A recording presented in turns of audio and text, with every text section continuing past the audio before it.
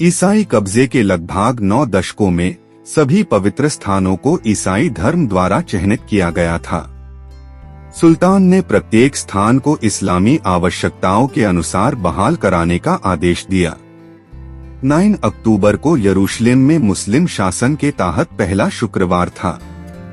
शुक्रवार की नमाज का NETR-TV कराने का सुल्तान का निर्णय दमिश्क के न्यायाधीश और कवि मुहिद्दीन के पक्ष में था, जिन्होंने 4 साल पहले वर्ष 1183 में अलेप्पो की विजय के अवसर पर यरूशलेम की विजय की भविष्यवाणी की थे। शुक्रवार का उपदेश अल-अक्सा मस्जिद में दिया गया था। काजी मुहिद्दीन ने 1187 में यरूशलेम पर विजय की तुलना मुसलमानों के दूसरे खलीफा द्वारा 638 ईस्वी में शहर पर विजय से की। उन्होंने सुल्तान सलाहुद्दीन को इस्लाम का नया हीरो बताया। दूसरी ओर सुल्तान सलाहुद्दीन को एहसास हुआ कि अब उसे एक और धर्मयुद्ध का सामना कराना पड़ेगा, जो यरूशलेम को मुस्लिम कब्जे से मुक्त कराने के लिए लड़ा जाएगा। वे जानते थे कि इस खतरे से निपटने के लिए उन्हें अधिक परिधीय क्षेत्रों पर कब्जा कराना होगा। फिलिप लिखते हैं कि जब यह मामला चल रहा था, बगदाद से खलीफा का संदेश आया। सुल्तान अपनी जीत के संदेश के बाद बढ़ी की उम्मीद कर रहा था, लेकिन हुआ ऐसे विपरीत। दरअसल सुल्तान ने जीत की खबर एक युवा और अनुभवहीन दूत के माध्यम से भेजी, जिसे बगदाद में पसंद नहीं किया गया था। जाहिर है आयसी खलीफा को अपमानित कराने का प्रयास माना गया। जवाब में सुल्तान ने मिस्र, यमन और यरूशलेम में अपना लाभ खो दिया। क्या मैंने यरूशलेम को हासिल नहीं किया और उसे मक्का से नहीं जोड़ा? क्या मैंने अपने कार्यों से पश्चिम को प्रभावित नहीं किया? फिलिप्स लिखते हैं कि वह एक और धर्मयुद्ध दिखाकर सुन्नी इस्लामी दुनिया के आध्यात्मिक नेता को नाराज नहीं कर सकते। सितंबर माह तक सलादीन ने एक बड़े क्षेत्र पर कब्जा कर लिया था। फिलिप्स सुल्तान के इतिहासकारों के हवाले से लिखते हैं कि इस समय तक मुस्लिम सेनाएं थक चुकी थीं और उन्हें आराम की जरूरत थे। सैनिकों के साथ साथ सुल्तान को स्वयं भी आराम की आवश्यकता थे।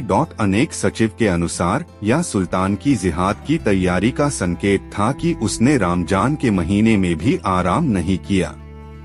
यह जितना सराहनीय था, वास्तविकता यह है कि जैसे जैसे यह आगे बढ़ता गया, इसका अनेक करीबी सहयोगियों के स्वास्थ्य पर असर पड़ा।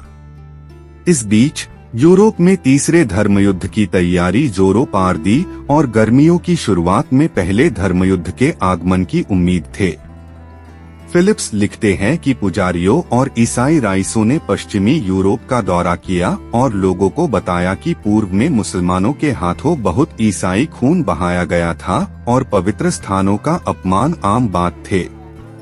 ऐसा कहा जाता था कि सुल्तान ईसाई धर्म को खत्म कराना चाहता था।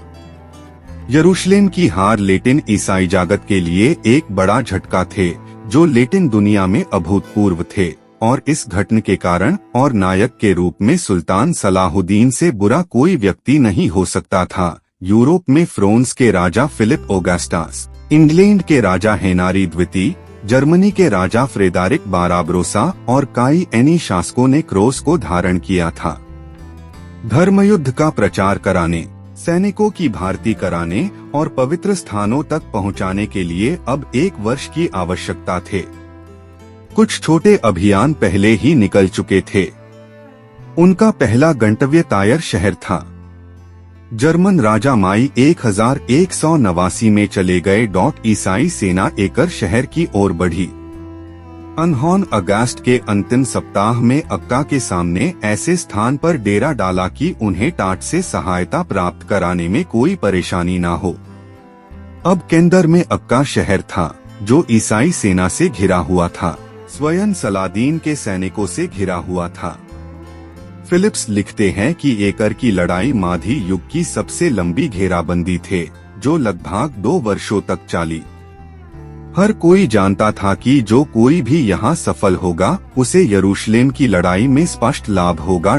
दोनों पक्षों में इतना उत्साह था कि विदेशी पश्चिमी यूरोप और इस्लामी दुनिया से हजारों पुरुष और महिलाएं इस मोर्चे पर आ रहे थे। एक और England, France, Wales, Denmark, Flanders, Poland, Belgium और उत्तरी इटली, पोलैंड, हंगारी, दक्षिणी इटली, सिसिली, जेनो, वेनिस और पीसा सहित जर्मन साम्राज्य के ईसाई धर्म युद्ध में भाग लेने और अनेक प्रतियोगिता में मिस्र, Syria, Yemen, Asia Menar, Azerbaijan और खुरासान से आने वालों के अलावा टर्क, कर्ड, अरब, न्यूबिया, अर्मेनियाई और बेडौइन मुस्लिम भी थे।